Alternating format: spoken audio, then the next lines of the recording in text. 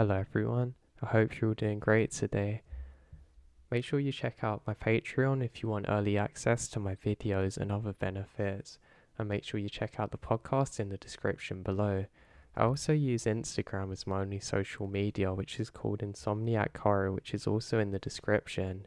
I have a message before the story starts, so if you want to go straight to the stories, and there's timestamps in the description for that below. So for today it's just a quick one, but I promise you, whatever mental health issue you're struggling with, no matter how dark it seems now, there will be brighter days and it will get better. And trust me, you can completely turn it around. You just have to stay consistent and stay in the fight. And trust me, it will work out. I know it might be hard to see now, but honestly, it's like that for a lot of people. And you can turn it around too. You're not alone in this, and I believe in you. So I hope you enjoyed these stories, and I'll speak to you all soon. Take care. I was camping in northern Ontario, not far from Sudbury. Camp was a few hours hike from a gravel road that come off a road near Tilton Lake. It was about 15 of us hiking back after 2 days camping when we find ourselves in a clearing and decide to stop for a water break and let the group catch up. While waiting, we hear somebody yelling, "Help." It sounded like a woman screaming for her life. More than half of the group just circled up, and while most people were now crying of fear, a few of us pulled out knives and started a fire. We called the police over the satellite phone with our coordinates. The two of the group continued down the trail to guide the cops to the clearing while we waited and tried to calm those crying. The shrieking stopped after 15 minutes of repeating itself, and it suddenly went silent, very creepy. Maybe about an hour later, 6 cops actually arrived with shotguns and come down the trail and told us to wait while they investigate. All they found was bone fragments and lots of blood. They escorted us back to the highway later in the year and called the back of the trip leader to let them know the blood they tested come back as not belonging to humans. We also found on the internet that deer and similar animals can make a screech that sounds like somebody saying help. We all agreed that it was 99% likely that what we heard was a black bear killing a deer or something, but you can never be sure.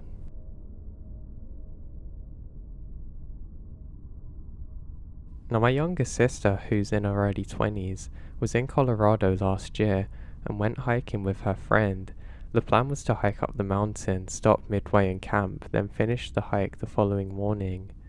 They started their hike and stopped from camp midway.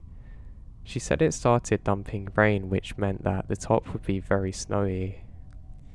The next morning, they continued their hike, but it starts to get complicated. Her friend only wore some sandals and wasn't really properly prepared with hiking boots as they didn't expect the snow. They stopped at a creek and were deciding if they wanted to turn back onto account because they weren't really prepared for anything dodgy happening up there when they hear a faint "help me." They both stood still and they hear it again.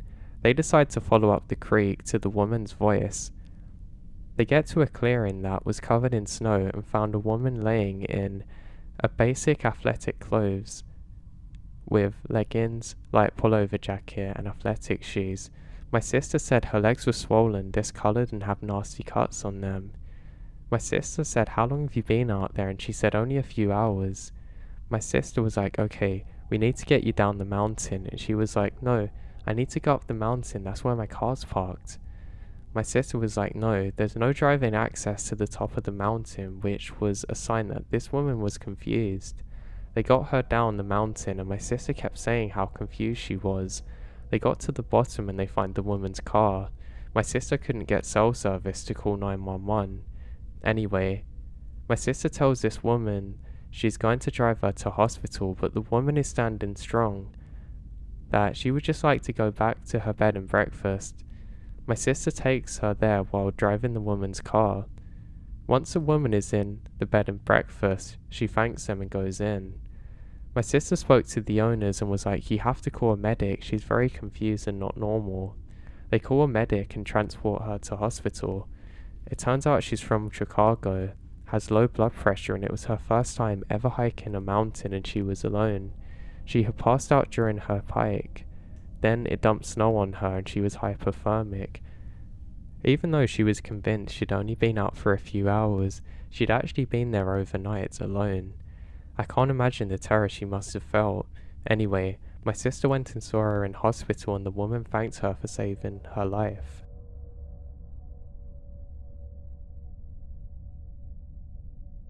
We have a camp that we visit during the hunting months and about every other weekend in between that.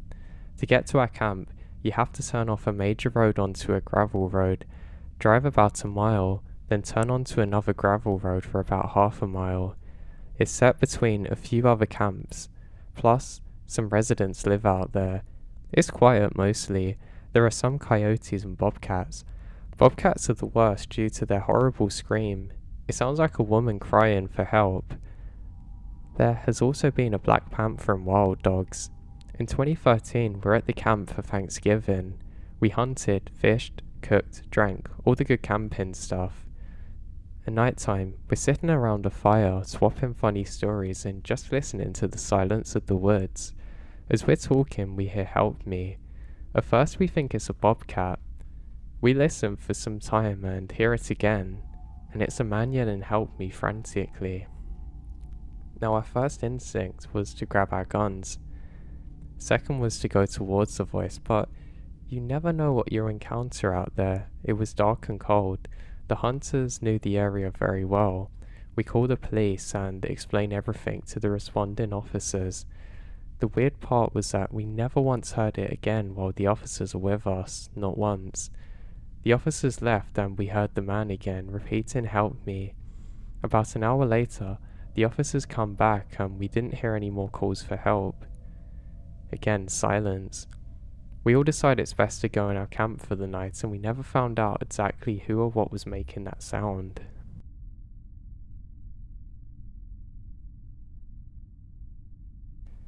Now about 20 years ago, me and a good friend of mine decided to go camping out into the great wilderness. There was a beautiful national park that wasn't too far from where both of us lived that my buddy offered to drive over to, and I couldn't say no.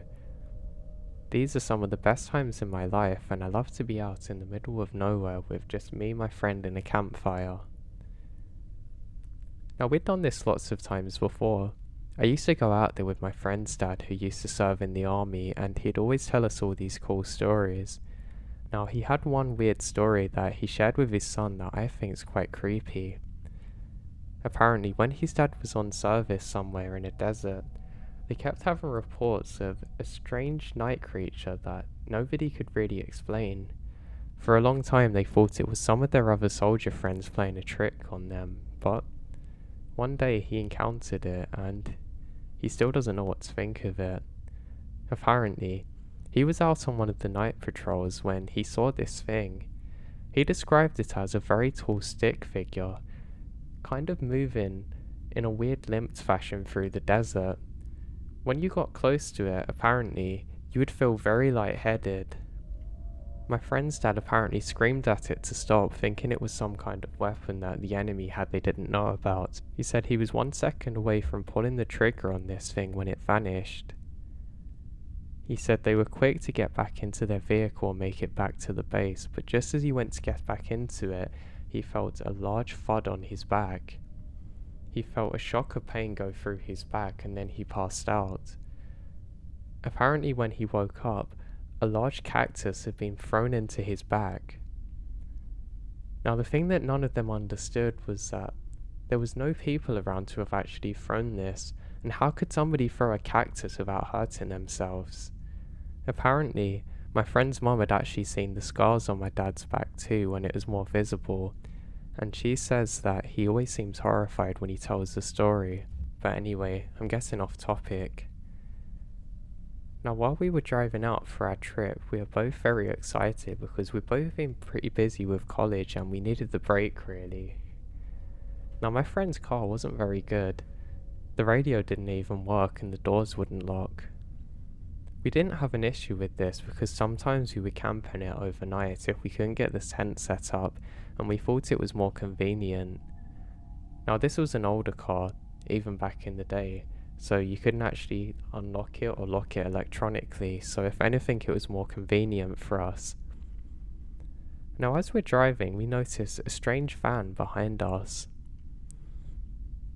It's pretty hard to see because it was just keeping out of sight from us, but every so often it would come very close to us, so much so that we'd actually think we were going to crash. Eventually it would tail off further in the distance, but eventually it went out of sight and we continued on our way. Now we must have drove for a good 4 hours to get to the campsite, and we were just happy to get there. We eventually closed the doors, and I tell my buddy, hey, don't forget to lock it, jokingly, knowing that he has no way to, and he says, oh, don't worry, I'll keep it safe. He goes off and finds a stick and leaves it ajar against the door handle, forcing it shut. We both laugh and we gather our things and head off into the woods. We were actually quite happy at the time because we realised that there's nobody else about but us. This actually makes it more interesting because you don't have to worry about other people coming and disturbing your campsite, and if anybody's there, they probably really shouldn't be, so you kind of have that advantage. We walk about 2 minutes into where we need to go, and I take one last look at the car. I don't know why I just decided that it's a good idea to turn back. As I look back, I'm sure I can see the van parked up just further in the distance, but I can't really tell. I turn around and look at my friend who's walked off a bit further, and I call him to come back. I say, hey, look at the... Oh, nothing. The van's now gone and I don't want to feel stupid, so I say, oh, it's nothing, let's go. And we continue onwards. We walk across a small bridge, careful not to slide in because it's not designed very well, and we think it's strange there's something white which is polluting the water. We've never really seen anything like it before, but we just think it's bizarre, because surely with running water there shouldn't be anything like this here.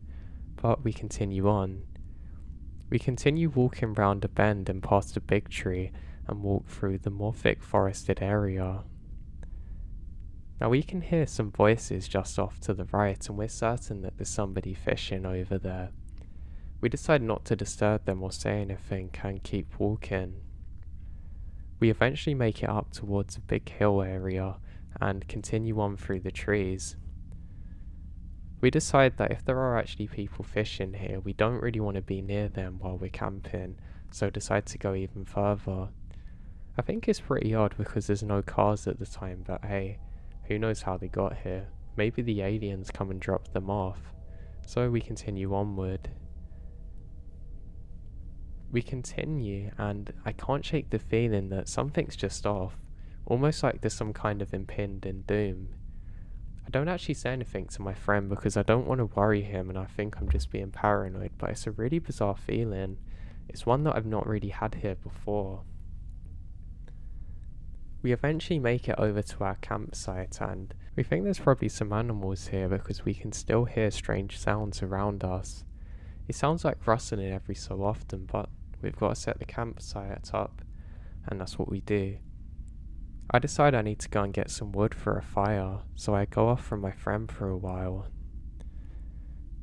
I continue down a path, and I turn back and see my friend just standing there staring at me. I think it's weird my friend's watching me going down because I just need to get some wood, but maybe he's impatient and trying to hurry me, I think. So I decide to go further down just to get some more wood. I get quite a lot now, and I go to stop for a little while on the bridge. Now it's another small bridge with a stream running under it, and I think it's quite peaceful here. As I'm standing here, I hear a screeching sound. It's enough to scare me so much that I actually drop all of the wood, and I'm actually really annoyed at myself. Why the hell did I let an animal scare me that much? And there's all my wood gone. I don't think much of it, and I just turn back to get some more wood. After gathering up enough things, I end up turning back in the direction that I've come from, back up the path through the hill where I can find my friend. Now annoyingly, with nightfall setting, I'm actually a little bit lost now and I can't figure out where my buddy is. I actually cursed myself because I've realised that the only way I know to get back is through quite a thick part of the forest that I'm actually kind of scared of. I decide I should just try and jog as much as I can until I find my buddy again. I don't really want to call out and bring attention to myself because of the people fishing, but I feel like I should just jog. So I'm jogging down the path, making sure that I block the branches and twigs in front of me because they keep slapping me in the face. God, what was that? One of them slaps me right across the arm and it's thorny. I think, Jesus Christ, as I've actually got to pull some of the thorns out of my arm. I get a short burst of adrenaline and decide to sprint a bit now, and click. My right foot thuds into something and I fall over, dropping all of the wood. I'm now quite muddy and really furious. I get so angry that I don't actually care about anything else other than getting back. I grab all of my wood and decide that I have to keep going now. I scream out, if anybody's there, could you just get the hell out of here and leave me alone? Trying to shake off my nerves. And then I hear footsteps leaving behind me. I'm convinced that it was just from where I fell over and some of the trees are going back to normal, but if it's an animal, I've definitely scared it off, so I continue back the way I've come from now. I eventually make it back to roughly where my friend should be, and I can hear him screaming for help. It's weird because it sounds identical to my friend but different somehow. All I know is that he's in danger and I'm not sure whether somebody's close to him trying to hurt him, so I say, hey, I'm coming, and I sprint as fast as I can. And then, just round the corner I can see my buddy sitting with the campfire going. He says, hey, what's wrong? I say, God, what happened to you? Who's there? He says, what? I've just been sitting here waiting for you to come back. I say, no, were you not just screaming for help a minute ago? My friend looks at me and slowly shakes my head. I run over and quickly throw some more sticks onto the fire and say, no, I just heard someone screaming for help. He says, come on, just knock it off, I don't want to be paranoid now. I say, no, seriously, and my friend looks at me really weirdly. We eventually drift off and I manage to put my paranoia aside and wake up pretty refreshed the next day. When I wake up, I speak to my friend and he says, hey, did you hear anything last night? I say, no, not really, why's that? And my buddy swears to me that he could hear something faintly in the distance calling out for help. He says he was half asleep, so he's not sure whether it was actually real or not, but I tell him, what was it saying? He said, well, just help. I look at him weird to confirm that this is roughly what I heard. We don't say anything else and we continue for the day. We actually have a pretty great time. We ended up going on a hike on top of quite a big hill and really having a good time there. We drink a couple of beers and watch the sunset in the distance. We both agree that it's probably a good time to get back now, and we hear it again. The same screaming sound, screaming for help. This time it sounds much closer and more frantic. I look at my friend and he looks back at me and we realise that we've got to get out of here. We very quickly make our way back down the hill very carefully. I clumsily again fall once more, but I'm able to catch myself this time and my buddy pulls me up. We make it down the hill and back past the small stream and eventually back up to our campsite. We look up ahead and we can see an animal just in the clearing off to the side, which quickly scurries off just as we get towards the path and the direction of it. We eventually make it back, put out the fire and grab up all of our stuff and head back. Now we're actually more worried about running into people that might be fishing or something that think we're crazy, and we don't want them to be armed and maybe take a shot at us thinking it's dangerous, so we decide to walk normally. We ended up coming into a clearing, so we both feel relatively safe here because we can see quite well with the moonlight. And there's nothing really to worry about, but we can still hear it, something screaming out for help repeatedly. It goes away for a while, but it continues coming back. It doesn't leave us. Not even until we get back to my friend's car. And what's weirder is that we both jump in and realise that the sticks moved that my friend jokingly put on the door. That either means that it fell on its own, which I think's unlikely because he jammed it in there, or something or someone's been in the car. We have a quick search round and don't find anything. My friend decides that he has to go over to the ranger station and get them to contact the police and investigate, and that's what we do. As we drive off, we can still hear the faint screams for help. We ended up making it into the station and reporting in what had happened, and the police are dispatched to go and investigate. When we're in there, my friend says, "God, no, I've lost it." I say, "What? What have you lost?" He says, "The watch my dad gave me. I can't find it anywhere." I say, "Oh, no. Do you think someone's stolen it?" He says, "I don't know." "There's no way that I'm gonna lose that," my friend says, as he says he's going back to go and find it. I say, "God, you're crazy." He says, No, I'm not going in there. I just want to check the car park again." I hesitantly say sure, and decide to go over there. I let them know before we go that we're going to head back to the car park and we can probably guide them over there, and they say that's fine. On the entire journey back over there, I keep telling my friend that this is a really bad idea and we're more important than the watch will ever be. My friend agrees, but he's convinced he can't lose the watch and he's probably just dropped it on the floor. We eventually make it back over there and we stop the car.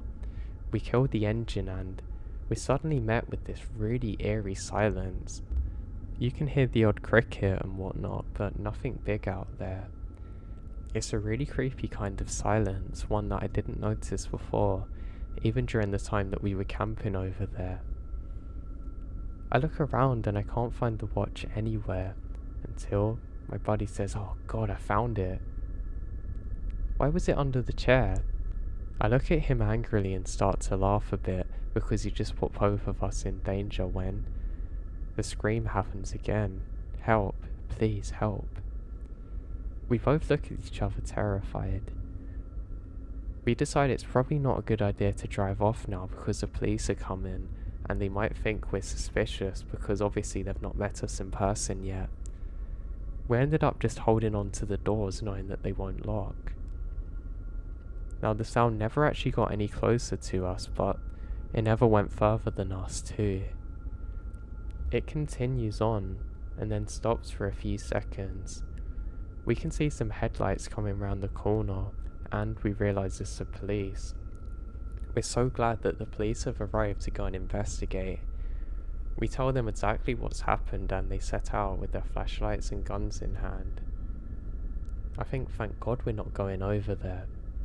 I actually feel much safer now and the police set out. Now weirdly, the whole time that the police are next to us we don't hear the cries anymore. It's really strange. It's almost like everything goes back to normal. We're watching their lights slowly fade off into the distance when we hear it again. "Help, please help."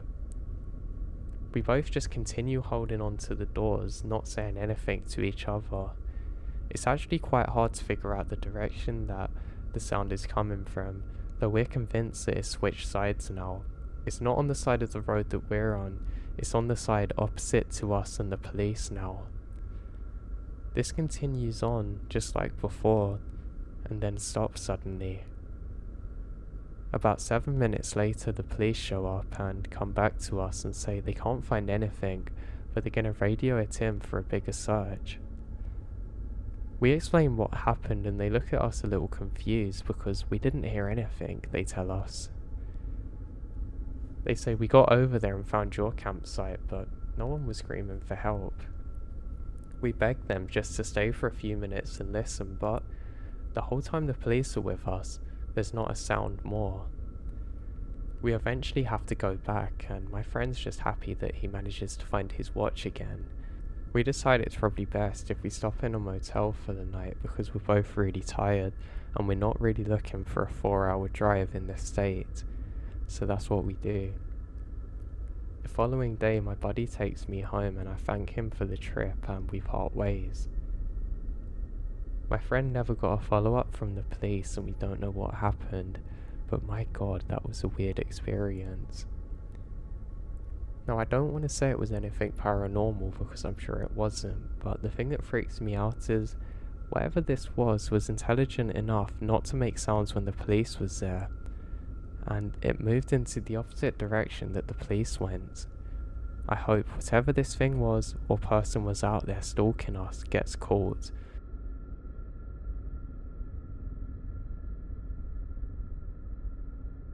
I was once canoeing the boundaries waters between Minnesota and Canada. These aren't your normal backyard ponds. The boundary waters are thousands of enormous lakes interconnected with each other. Think mini lakes. Now, we'd been canoeing and camping along the lakes for about a week by now. We didn't really have the itinerary, just planned to boat and camp, fish and live off the land for 2 weeks. We had a GPS and a sat phone to call a helicopter for pickup whenever we're done. Anyway, about a week in and we're set out to canoe for about 2 hours to the next lake. An hour or so in, as we're in the centre of an extremely long and narrow lake, a storm has started to blow in and waves about 2 feet tall have begun. It's too much for our dinky canoes. We pull off to a random clearing on the shore and set up camp in a rush to be not totally thrashed by the rainstorm, and we just set up camp and hunker down for the night. By the next morning it's cleared up, and we started walking up the coast to our lake about 200 feet from our boat, looking for a good fishing spot. We are actually not far from a good campsite, however, it's absolutely wrecked. Trash thrown about everywhere, tent collapsed and torn, clothes on the ground, and at first we're like, was this some bear or something? The more we look though, the weirder things become.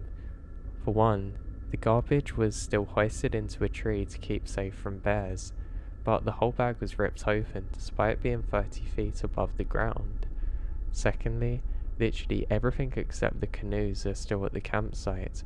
Clothes, packs, food, rope, pans, you name it, like a serious set of hiking equipment, enough for 2 or 3 people. Half of it was trashed and torn open, mostly the packs, tents and clothes. The other half was totally untouched but thrown on the ground. It was like somebody noped the hell out of there in nothing but just their long johns, ditching hundreds of dollars worth of gear in the process. We waited a couple of hours and eventually called it back to our helicopter crew, but they hadn't been aware of anybody else or got any distress calls. We just eventually get everything and move camp. Everyone was pretty used to it by a day or so, and we ended the trip early because it seemed like nobody wants to continue. It was the weirdest thing I've ever seen, firstly thinking it was a bear attack, but there was still food uneaten. I've seen bear attacks on camps for nothing like this. Bears rip open packs and go for food, and generally get scared away pretty easily. What sticks in my mind is why is all of their clothes and packs still there, while being half destroyed and the other half being untouched? I still don't understand it.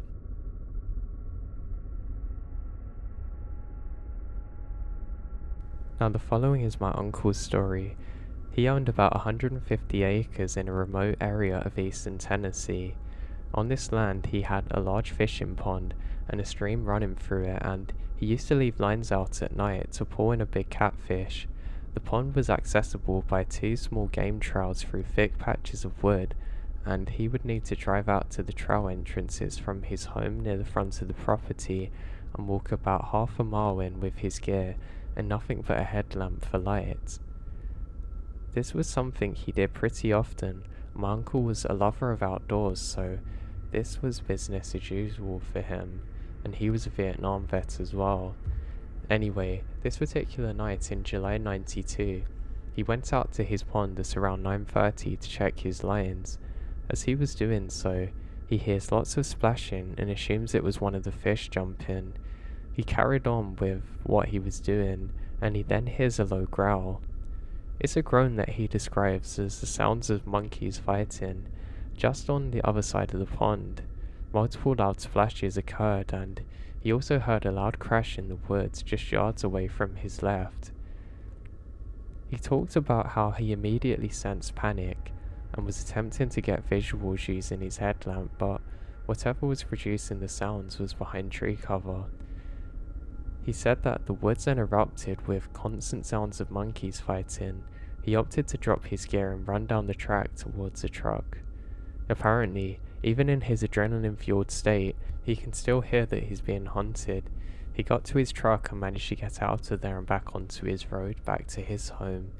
He went inside and locked all the windows and grabbed a gun and stayed up for the whole night, vigilant. He called my dad the next day, who just kind of laughed it off. Well, for my uncle, whatever he experienced scared him so badly that he put the land up for sale and sold it. Now, he would maintain what he saw as he believes is a hunting group of what Sasquatches or some weird creatures we don't know much about that was trying to get him out of there. It truly scared the life out of him.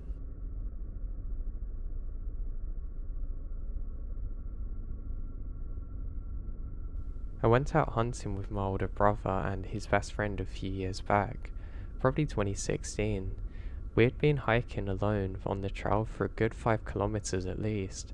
On one side of the trail is a decent drop and then a river, and then on the other side is a decent uphill section and some huge pine forest. It was about 1 AM by this point, and we were just kind of quietly talking to each other when a horrific noise split through the air. We all froze and looked at each other with the expressions on our face doing all of the work. What was that? We knew it come from up in the pine forest, and we weren't aware of any big predators or anything that could have done this.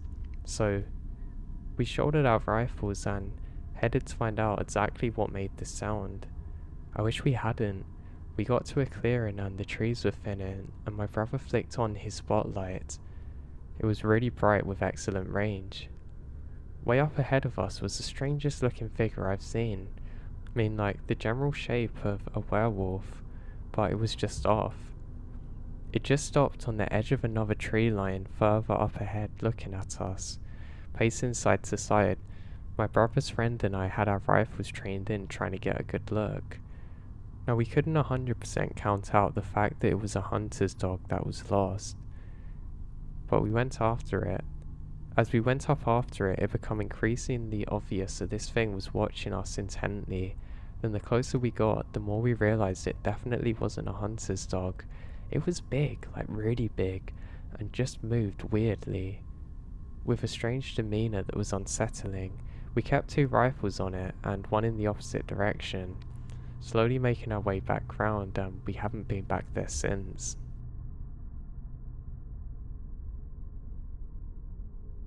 I was a lone recreation ranger in a small district in southern Idaho. Nearest town from guard station was about 1.5 hours away by car. After moving into the guard station, I realized the solar power was not working, and I haven't slept for about a month due to various factors. I mean good sleep. There was bats in the cabin, something walking on the deck at night. The woods there always had an eerie feeling to them, unlike the southwest Pandorosa forest I was used to.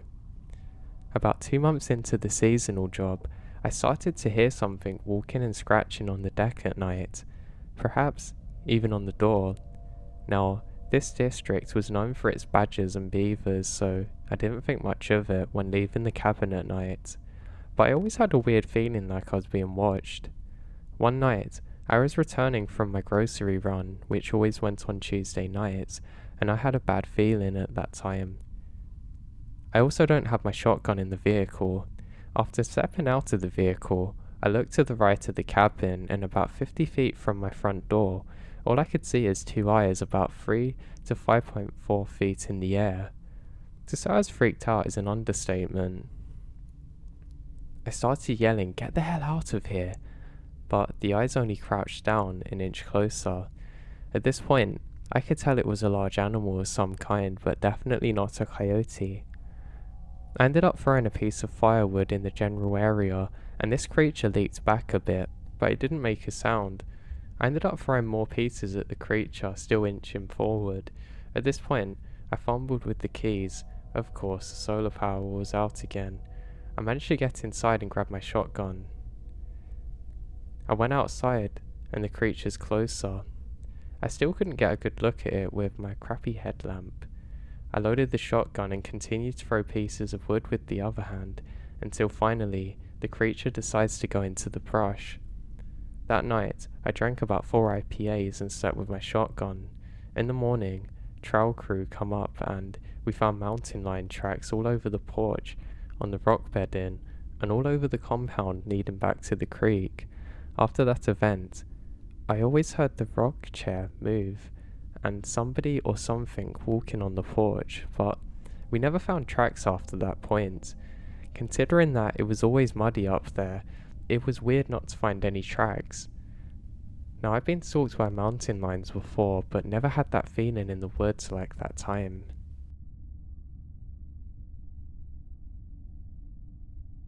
When I was 6, my babysitter was this nice middle-aged lady and her equally nice husband. My twin brother and I were always at their house in the middle of the summer, and we hung out with the couple's 2 grandkids, another boy and girl sibling set of similar ages. This literally was my happy place. This lady had the best movie collection for a 6-year-old. It was there that I saw The Last Unicorn for the first time, as well as My Little Mermaid, and The Great Mouse Detective, The First Land Before Time, and The Brave Little Toaster. And her husband was a phenomenal cook by a kid's standard. Every day was chicken nuggets and pizza day. They had kid-sized 4-wheelers, a huge pool, and a huge kids' playhouse and a jungle gym set up in the backyard, and they would always put on their best display for the 4th of July show in the country. 6-year-old me was the happiest girl on the freaking planet. There were some of the wealthiest people in our area too. Neither one of them actually worked, but I didn't care where the money come from. Now, one day in midsummer, the 2 boys were being typical boys, and the little girl and I thought they were being mean. In reality, the boys wanted to play war or something, and the girls wanted to play wedding or something similarly stupid, whatever. She and I were sad and refused to play with the boys. Instead, we decided to pick flowers that grew at the edge of the forest. We thought it was baby's breath, but it was really just poison hemlock. So, we were walking along the edge of the dense forest in the middle of the Banjo country in southern Ohio. This was in the 1990s, so we weren't worried about stranger danger because we were just so far out in the country. The adults did worry about animals though, because the next county over had bears and mountain lions, but us 6-year-olds were fearless. We ended up walking onto the neighbor's property picking these flowers when we found a break in the tree line. It was an old, well-torn path leading into the woods. For some reason, she and I decided to ditch our flowers and take the path into the woods to see where it led to. The path itself was unremarkable, well worn but unmaintained, as there was tree roots growing up through the path in places. We come upon a little bridge at one point. We were both a little confused about it because we had been told that there were no creeks in our area, yet here was a bridge. It wasn't a particularly old bridge too, but the creek bed under it was dry as bone. Weird, we thought, but keep going because why not? I'm not sure how far we walked beyond the ridge, but we ended up in a clearing with some stones all around in a circle. The clearing was big enough that there was a gap in the trees that allowed sunlight in, and in the middle of the circle was a massive stone-walled well. It was big enough that there were stairs built into the dam walls in a huge spiral. My friend was mesmerized by the well there. She found a rock and thrown it in, and we never heard it hit the bottom. As we were searching for more rocks to throw in, I was rooting around in the brush by some bigger stones and actually looked at big ones. These were not normal stones, no. I was a smart cookie, already reading at 3rd grade level before the summer of 1st, so I could read the stupid stones. These were names and dates cut into it. We're in a graveyard in the middle of the woods far away from everyone. I remember getting chills realizing this. Moments later, my little friend got really quiet and poked me. She pointed to the edge of the clearing on the other side of the well. Thankfully, not the side that we had entered the graveyard on. My little heart would have exploded, I think. She was pointing at a dark shape just staring at us in the woods facing us. We both stood up very slowly and stared into the darkness. At some point, the little girl took my hand and tried to get me to leave, but I can't move. The fear was paralyzing. It didn't move until the clouds covered the sun and our bright, inventing clearing became slightly shadowy. Then the shape moves. It was an adult shape in size, wearing long dark robes with a hood over its face. We were stupid kids, but weren't that stupid. We both turned tail and ran as fast as we could. My friend was faster than me because I was a bit chunkier, so she made it to the bridge. I wasn't far behind her.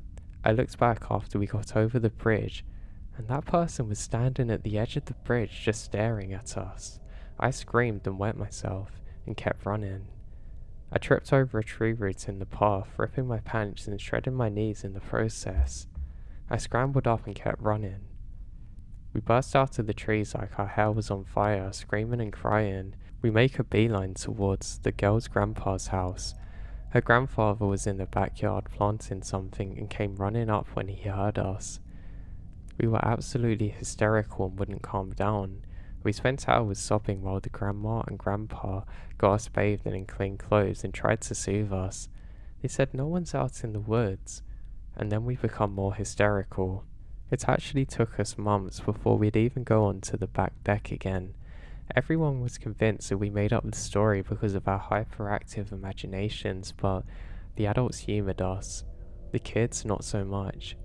The next summer, we were forced into the backyard for the annual 4th of July party. Tons of kids. They all knew our story, and one of the teenage boys called it rubbish. He bullied us for hours until we told him where the path to the woods was, and then made us go up with him. Cue another incident of me wetting myself. To my utter relief, when we got there, she and I both remembered exactly where the path was, and there was nothing. Just a heavy growth of hemlock. He tried to wade through it and ended up with chiggers from neck to foot. And he got in a ton of trouble for dragging us down there once we got back. So she and I were relieved not to go back from then on, and all the other kids thought we were liars, so. Fast forward 15 years later, 16 years after this happened, my mum mentioned that the grandpa passed away a few years prior while I was off at school. I was 22 at this point and had mostly forgotten about the events in the woods. I expressed my condolences and asked what happened. I mean, this guy was a friend of my mum's for 20 plus years. My mum started being evasive, so I got curious and pressed her. She said he unfortunately took his own life. And then she told me the bad part. His granddaughter, my friend, was the one that found him. All around him were notebooks with a crazy person writings that had amassed over a very long time, dating back to the 70s, details of his dealings with demons and spirits and other crazy things. He left notes for all his loved ones. The note he left for the granddaughter was actually crazy. It was an apology for leaving her, as it was the only way to protect her and the other people he loved. It seemed that the explanation for their wealth was deals struck with demons. After a few decades of these deals, they started coming to collect the debts the old man owed and whatnot. It was the craziest thing I've ever heard, but it made sense. Everyone wrote the guy off as having a serious mental health issue. They threw the journals away and moved on. But I can't rationalize everything we saw and experienced as some kind of weird psychological reaction to picking hemlock. That wouldn't explain both of us seeing the exact same thing. I know what I saw was real. I don't remember all the details because it was nearly 30 years ago, but I remembered the fear and the scar I still actually have on my knee from falling. I'm not afraid of the woods or anything, but I have a very wealthy respect for the dead, and I know not to mess with them or demons.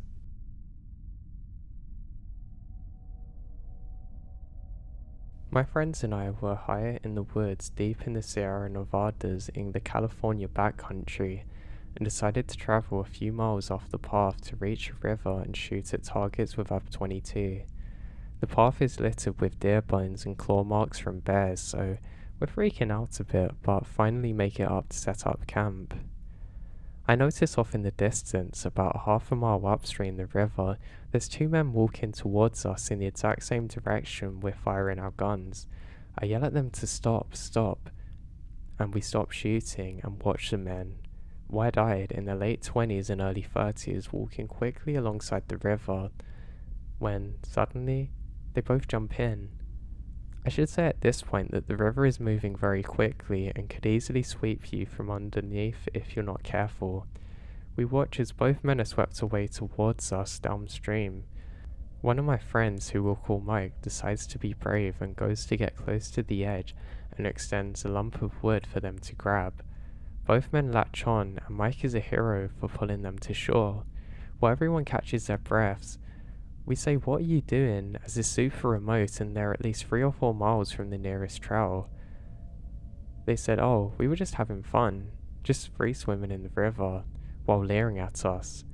Immediately, the hairs on the back of my neck stands up and every fibre in my body tells me that this is not right and this means harm. We tell them that we're going to head back up the trail. They then say, "Oh no, we're coming with you."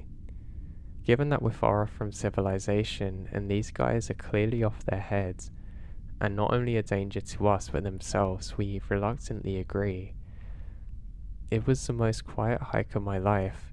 I felt like trying to feel out if they could take us in a fight. There were 3 of us and 2 of them, but we had a 22, but were young, squirrely adults. I don't know how to explain it, but the hike had us constantly positioning against each other with our body language without ever fighting directly. They would get close to the gun. They would try to both be near it, then we would then counter them by going in between the gun again while trying to act natural. And by the way, the path is littered with bear marks and whatnot. We finally made it to the car and they decided that we aren't suitable targets and move on. No idea what these 2 random men were doing, risking their lives like this in the Sierra Nevada's freezing river, or why they felt the need to size us up. But I'm glad nothing happened to us.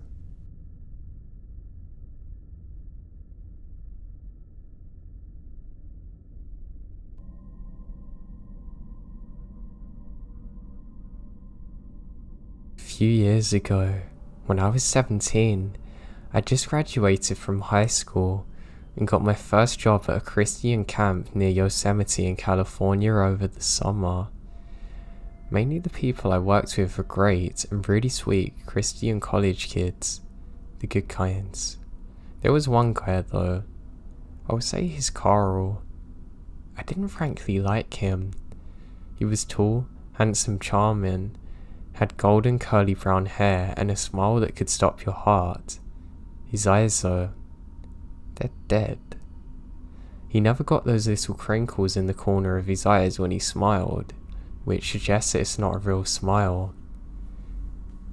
It was like the top half of his face died. There were things I did not like about Carl off the bat. His eyes for one, the dead of his smile. He never asked for anything. He tried to twist your arm. He just very softly, very slowly tried to manipulate the situation to feel as though you owed him. Each time, it felt like a part of my brain shut down, like a slamming door, almost like I'm powerless to say no. I get along with most of the little cliques of the camp. No one really dislikes each other. As far as I knew, we just kind of broke off into groups based off what we like into our free time, or who we like the most. Carl, though, seemed to make friends one-on-one with a clique. By the time he left the group, it was desolate. They were fighting, not speaking or trusting each other. I know this isn't a lot of evidence, but I'm trying to take a good picture mentally and describe it to you. Now one day, Everyone in the camp decided to go friendzone. We tried out a lot of camp food and wanted real dinner, maybe seeing a movie or go bowling. I was off work last. Now, at camp, we had a sign out sheet. Being so close to Yosemite, we often went hiking, so if we had left, we put our name down along with where we're going, when we left and where we should be back, and when. This way, if anything happens, the search teams know where to go. So I put all my info into this sheet and head down to the parking lot. My friends had all divided up into their cars, and I jokingly asked if they forgot about me. They said Carl had said I could ride with him. I look around and I don't see Carl, although I seen his name on the sheet. All of the hair on my body stood on end. I was terrified to get in the car with this guy alone. He felt so wrong, just off. Just not right. I don't know how else to say it. My friends were telling me I have nothing to worry about and everything's gonna be fine. I saw Carl walking towards the parking lot with that dead smile on his face, and everything in me was seeming to get scared. I said that I was tired and wanted to stay in tonight, and Carl laid the charm trick on me, telling me what a night it's gonna be. I owed him because of God knows what, with this dead smirk on his face. I refuse. He gets mad. Told me I don't need to be such a horrible person. Finally, everyone figured out that I wouldn't be persuaded. I hugged one of my girlfriends goodbye, whispering in my ear not to ride with Carl back. When they all left, I walked back to the area with the sign out sheets to cross off my name, since obviously I wasn't going anywhere. I saw the sheet, saw where my name was, and my heart dropped. My name had already been erased.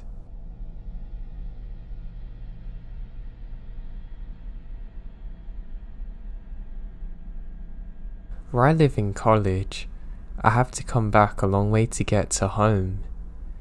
It's literally states away, so I'm used to driving for hours on my own. This is often through heavily forested roads, with little to no other cars on the journey.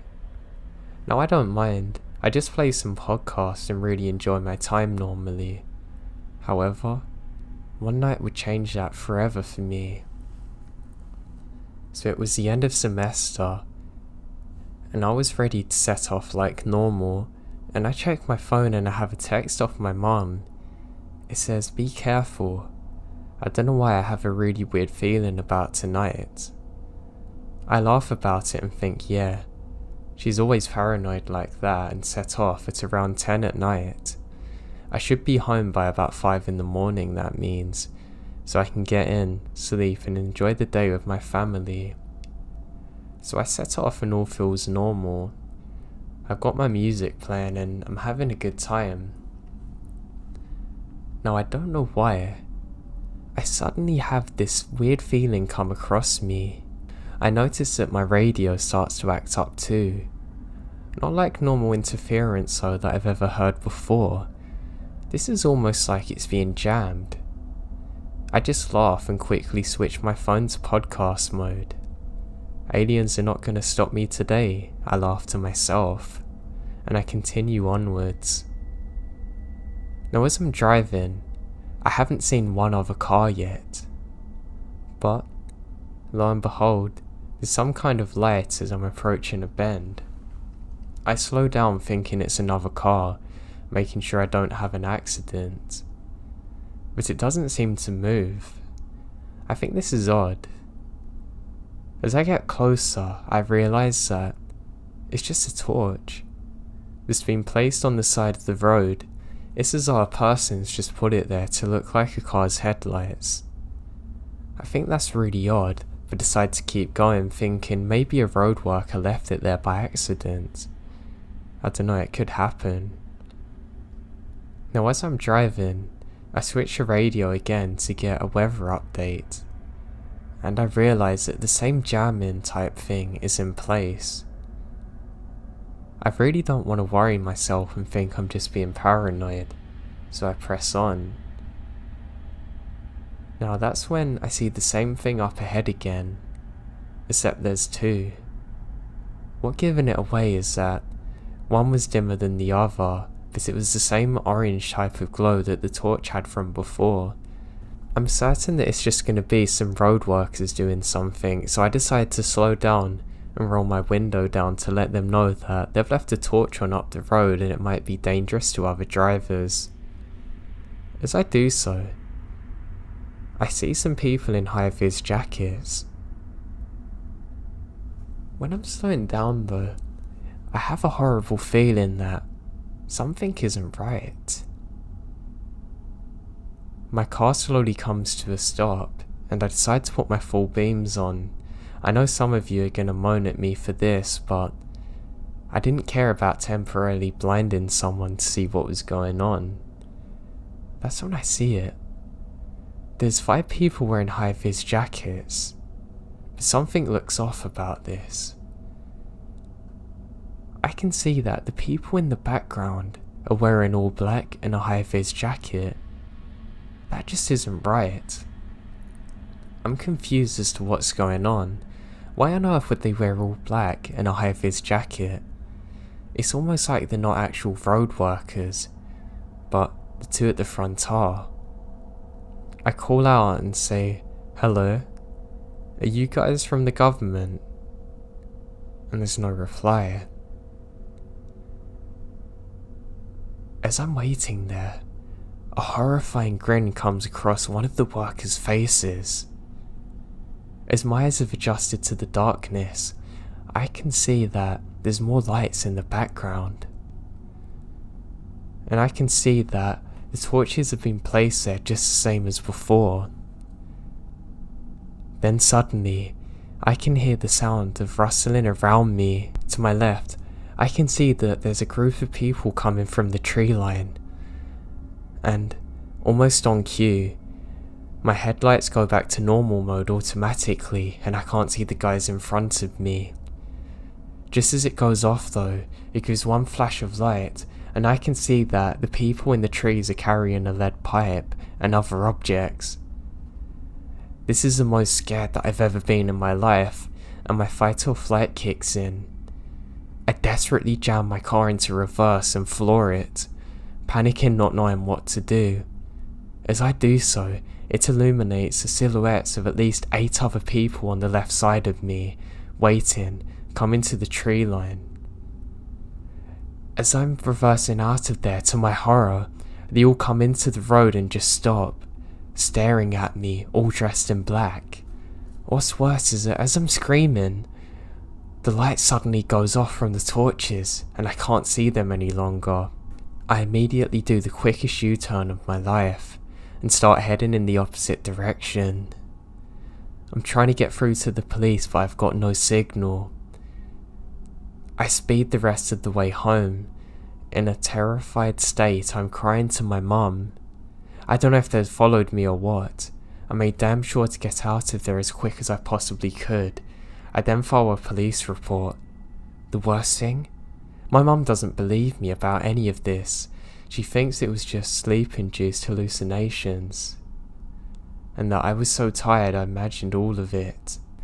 That was about to change though when the police arrived, and they told me and my mum that they were so thankful for the report, and they've been tracking down a group of people who pretended to be road workers to then try and kidnap people. Apparently someone else nearly got caught earlier in the week, but sped away too when they tried to grab her. It just makes me sick to think that there's people like that out there in the world. But the fact that I was miles into deep forest with no one around to help if I needed it then. It was only God's grace that I spotted them and didn't actually get out.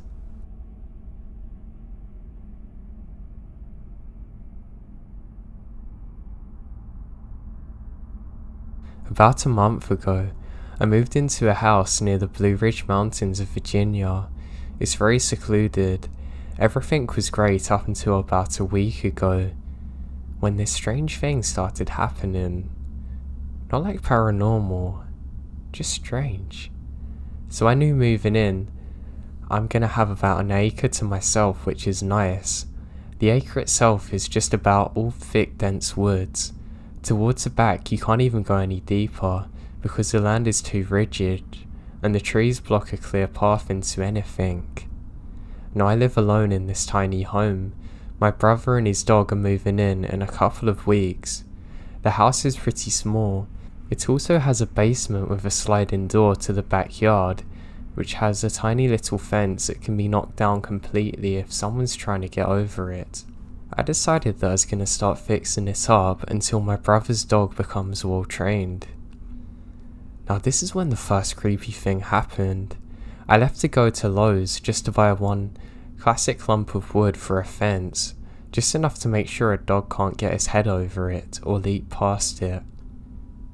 Now as I was coming back home, I noticed a man on my doorstep, looking inside through my window, even though any person could have heard me pulling into the driveway.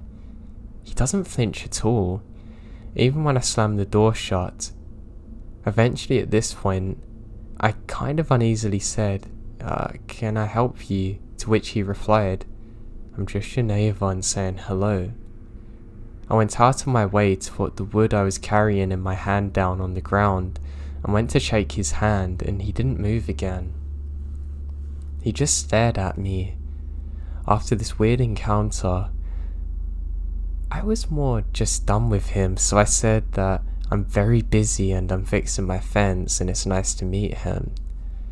He stayed at the front of my house though for about another 2 minutes, watching me put all my wood inside the living room, looking into and around my house in the process. I'm thoroughly creeped out now. I just closed the door in his face and went about my business. About 2 days later, into fixing my fence, another woman, this one looking nicer and having put a little appearance into her look, greeted me kindly, telling me about herself. I call her Miss H. Now she started to talk to me, explaining how people don't normally move around here, and I was the first in about 11 years. She went on to explain the rest of my neighbourhood, whom I knew are around the same age as her, like to stay to themselves. After a pleasant talk with Miss H, I asked her, what's up with the guy that I saw earlier? She said that, well, he's about 6 foot, which you probably know. Old, but not too old. Probably mid-50s and brown eyes, decent shape and grey hair. Miss H went on to explain that the person who lived here before me was a widow, and her teenage daughter, who was homeschooled, had left because this perv started to stalk her. She got on to say other things about this weird man, and eventually left it at that. Now last night, I thought I heard a tapping on my window at exactly 2:37 AM. I knew this because I looked at my clock. Now my window is a good 4 feet above the actual ground, and below it, I think it's just a figure of a bird or something, and maybe it's casted its shadow trying to get in. But no less than 2 minutes after silence, the tapping become 3 loud bangs. I immediately ran to the closet, grabbed my hunting .22 and hid under my bed.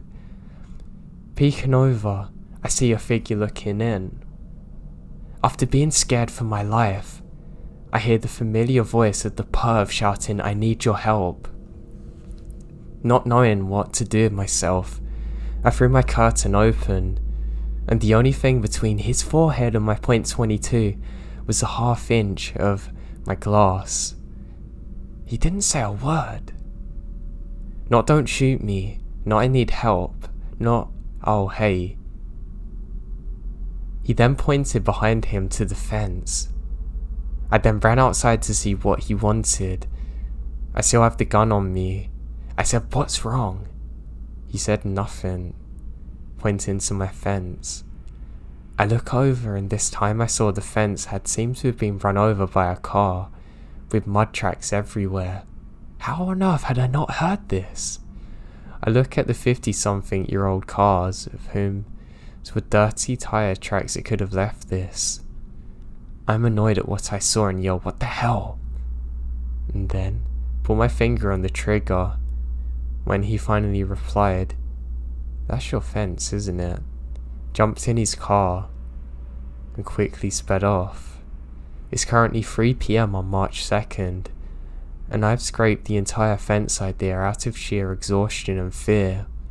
This is really happening right now, and I'm really not sure what to do.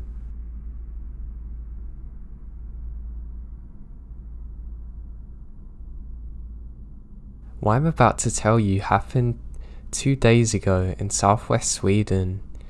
It was around 5 PM in the afternoon, and I decided to meet up with one of my friends.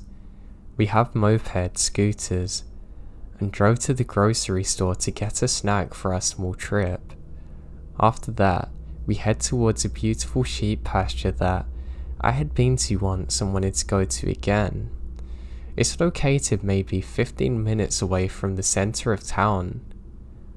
After a while, we come to a narrow road surrounded by a forest, since it rarely drives any kind of vehicles out there. I started to drive in the middle of the road, and sometimes even on the part of the road for approaching cars. One time, when I looked in my mirror, I saw my friend driving close to the edge. At first, I thought she was making a point that I should keep on my part. But then, she drove even closer to the edge, almost going in a ditch. I stop and wait for her to catch up. We're both kind of laughing, and I ask her what happened, and she said, "I got distracted by something weird by a tree and forgot the turn." We laugh and continue. Later, when we sat in the sheep pasture eating our snacks, we started talking about it again for some reason. I asked what she saw, and she described it as some kind of wooden plank that was nailed to a tree, and that it looks like a figure, person with just holes as eyes. My reaction was, "Oh yeah, really?" And we decided to relocate it on the way home. We stop by the roads and I turn off the engine. When I look up, I spotted it right away. It was hanging in a tree, looking dead. Now, I immediately think of some cults that are known to operate in the area. Maybe they were worshipping this. I don't know. I have a picture saved on my phone of this, and I'm really thinking of reporting it to the authorities. Something just doesn't feel right about it though. I have a horrible sense of evil when I look at this. I hope nothing too bad's happened here. I even got told that this could be a grave for something, as part of some of the sacrificial rituals that can take place there. I'm not really willing to go back to find out though.